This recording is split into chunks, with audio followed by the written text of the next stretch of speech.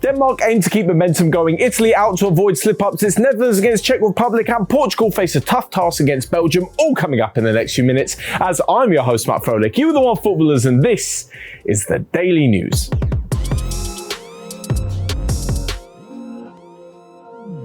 The opening game of the knockout stages sees Wales face off against Denmark, and both of them could not have had more contrasting last match days. Wales seemingly held on to a loss against Italy, which saw them through second in the group, and Denmark rallied after a tough two first games to beat Russia 4-1. Both teams rely on being more of a cohesive unit without too many individual superstars, but having said that, if anyone is going to be a match winner and a game changer, it's probably going to be Wales' Gareth Bale, although we haven't really seen the best of him in this tournament so far.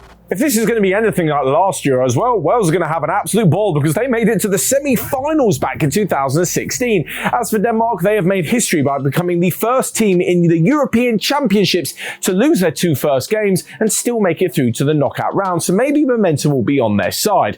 Of the previous 10 competitive matches between the two, none of them have ended in a draw, so I'm going to go for a draw. I think 1-1 with Denmark just winning it on penalties. Next up, and I really don't want to downplay Austria's chances, in fact I had them as my surprise package of the tournament in our predictions on OneFootball, but looking at their opponents Italy, it's very, very difficult to look past Roberto Mancini's side. They've flown through the groups with a fantastic record, 100% victories, they've defended well, they've had some brilliant attacking play, and altogether they've just blown away their opponents with some fantastic football.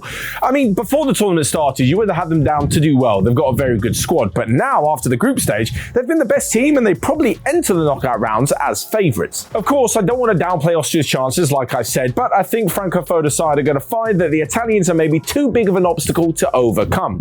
At the moment, Italy are on an 11-match winning streak and they have not conceded a goal, and I expect that to continue at Wembley with a comfortable 2-0 victory. Of course, if you want to stay up to date with all of the latest Euro 2020 action, make sure you check out the OneFootball app and the Volkswagen OneHub as well. If you're watching this on YouTube, you can find all of those in the link in the description below. The Netherlands have been absolutely fantastic in this tournament. 3 wins out of 3, and in Gino Wijnaldum they had one of the best players of the group stage, and he is their captain as well.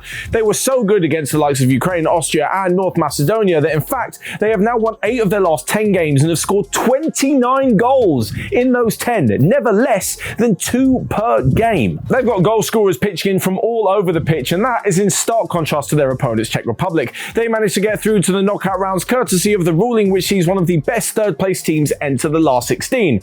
They've done it, but Patrick Schick has scored all 3 of their goals this tournament. They're going to need somebody to pitch in from somewhere else if they're not so reliable on the forward. If it somehow goes to penalties, then the Czech Republic can look back at their 100% record in competitive penalty shootouts for inspiration, but I don't think it's going to get that far. In all honesty, I'm going for a 3-0 victory for the Netherlands. Next up, an unprecedented match because Belgium and Portugal have never met in a major European competition, so this is bound to be a good one. Both of them full of insane attacking talent. You've got Serie A's top goal scorers in Romelu Lukaku versus Cristiano Ronaldo, and both sides of Manchester are putting forward their best playmaker in Bruno Fernandes against Kevin De Bruyne. Now, Portugal did make it through their group in third, so maybe they're underdogs. Having said that, back in 2016, they made it through in third as well, and then went on to win the whole competition. The one thing we do know is that whichever one of these teams goes out, it'll be a disappointing tournament for them. Like I mentioned, Portugal went on to win in 2016, and they're also the holders of the UEFA Nations League at the moment. As for Belgium, they've been brilliant in the group stage with a 100% record. They've also got that 2018 World Cup semi-final under their belt, and with all of their talent, it'll also be massively disappointing if they don't make it through.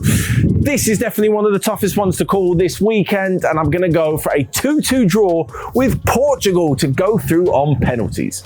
That's all from me for today. Thanks so much for watching. Make sure you check out everything else we've got going on in OneFootball, and until next time, I will see you guys later.